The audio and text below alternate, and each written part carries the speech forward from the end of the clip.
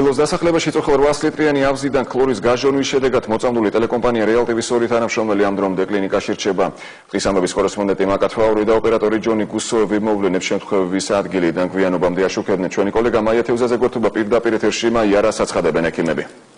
წარმომადგენლების კომპანია კრისტალის ტერიტორიაზე გუშინ გაჟონილი ქიმიური ნივთიერების შედეგად მოწამლული კიდევ 18 ადამიანი გადაიყვანეს დღეს ქალაქის სხვადასხვა საავადმყოფოებში. მათ შორის არიან ჩემი კოლეგები მაკათვაური და ჯონი გუსოვი, რომელთაც საგანგაშო დიაგნოზი არ აქვს, თუმცა მსუბუქ პაციენტებად მაინც არ ითვლებიან. მათ ჩაუტარდათ გადაუდებელი დახმარება, 4 სისტემური გადასხმა ჩაუტარდათ, ასევე ჟანგბადის თერაპია, დიფუზოთერაპია, სისხლის ანალიზები და ამ პასუხებს ჩვენ ველოდებით, როგორია მათი ჯანმრთელობის მდგომარეობა, რაც შეეხება შეპრესე კრისტალის დირექტორს, ის დაკითხვაზე დილიდან იყო, სისხლის სამართლის საქმე აღძრულია 240 და 291 მუხლებით, რაც გულისხმობს იმას, რომ შეპრესე კრისტალში არ იყო დაცული სათანადოდ უსაფრთხოების ნორმები.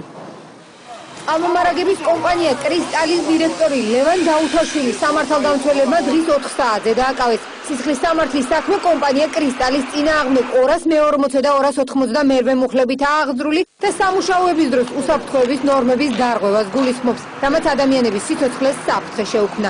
სანქცია ეჭვმიტანილისთვის 2-დან 5 წლამდე თავისუფლების აღკვეთას გულისხმობს.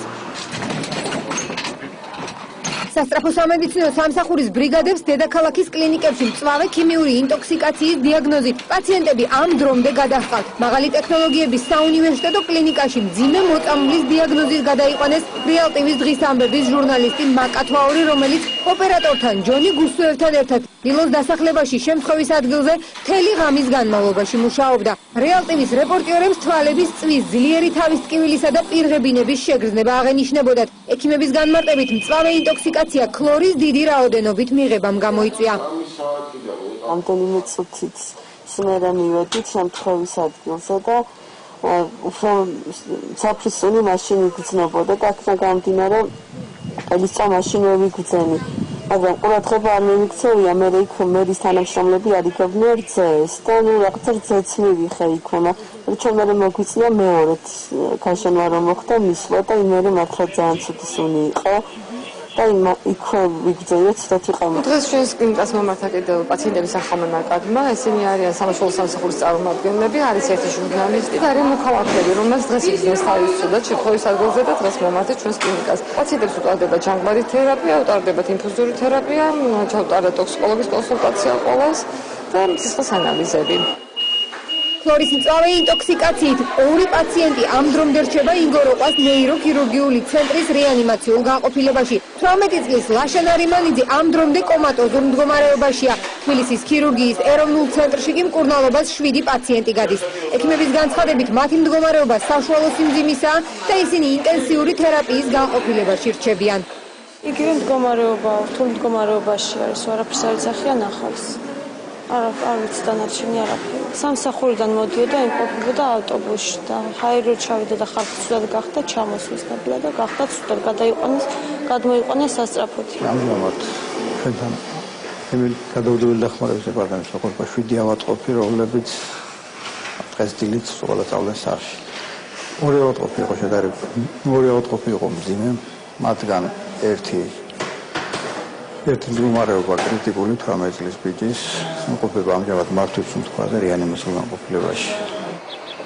ქლორის მწვავე ინტოქსიკაციით მოწამლული 9 მოზარდი ამ დრომდე რჩება იაშვილის სახელობის ბავშვთა კლინიკაში. ექიმების განმარტებით მათი მდგომარეობა საშუალო სიმძიმისაა.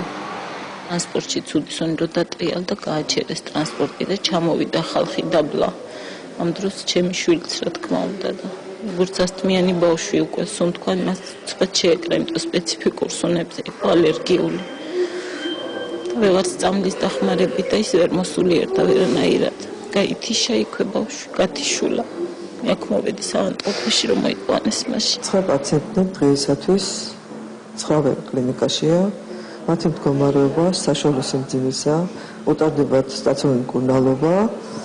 მათგან სავარაუდოდ რამდენიმე გაეწერება, დანარჩენის მკურნალობა გაგრძელდება. 800 ლიტრიანი ამზიდან ქიმიური ნივთიერების გაჟონვა წუხელ ლილოს დასახლებაში საღამოს 10 საათზე დაიწყო. ამ დროისთვის ქლორის გაჟონვის შედეგად დაბინძურებული ჰაერი საფრთხეს არ შეიცავს. გარემოს დაცვის სამინისტროს თანამშრომლებმა ჰაერის ტესტი რამდენიმეჯერ აიღეს და მათი მონაცემებით ტემპერატურა ნორმის ფარგლებშია. მთელი ღამის განმავლობაში მუშაობდნენ შესაბამის სამსახურები, ამჯერად მიდის ასე ვთქვათ შედეგების აღმოფხვრა, ხდება ჰაერის წყლის ანალიზების აღება, ჩვენი შესაბამის სამსახურებიც ადგილზე არიან, მეც გავხდით ადგილზე და მე ვფიქრობ, რომ არანაირი საფრთხე ამჯერად უკვე მოსახლეობას და გარემოს აღარ ემუქრება. ინციდენტის შედეგად 80-მდე ადამიანი მოიწამლა. დაშავებულები გვიან ღამით საქართველოს პრეზიდენტმა, ჯანდაცვის მინისტრმა და მერიის საგანგებო სამსახურების წარმომადგენლებმა მოინახულეს. მთელი ღამის განმავლობაში ლილოს დასახლებაში საგანგებო სიტუაციების სამსახურების საგანგებო რეჟიმში მუშაობდნენ. სამაშველო სამსახურებთან ერთად შემთხვევის ადგილზე და კლინიკებში სპეციალურ რეჟიმში მუშაობდა რეალტივის საინფორმაციო სამსახური და უახლეს ინფორმაციას მაყურებელს პირდაპირ ეთერში უწყვეტ რეჟიმში სთავაზობდა. მე ხავი მყოფები თბილისის მაღალი ტექნოლოგიების სამედიცინო ცენტრში გინგოროყვას კლინიკაში, სადაც ჩემი კოლეგა მაკათვაური რამდენიმე საათის წინ გადაიყვანეს და მას უტარდება გადაუდებელი დახმარება და გარდა ამისა მან ჩააბარა რამდენიმე ანალიზი, რომლის პასუხის ჯერჯერობით ჩვენთვის ცნობილი არ არის, თუმცა დღის ბოლოს ეს უკვე და მისი ჯანმრთელობის საბოლოო მდგომარეობა ცნობილი გახდება და ჩვენ ვიმედოვნებთ, რომ დილისთვის ის უკვე საავადმყოფოდან გაწერილი იქნება.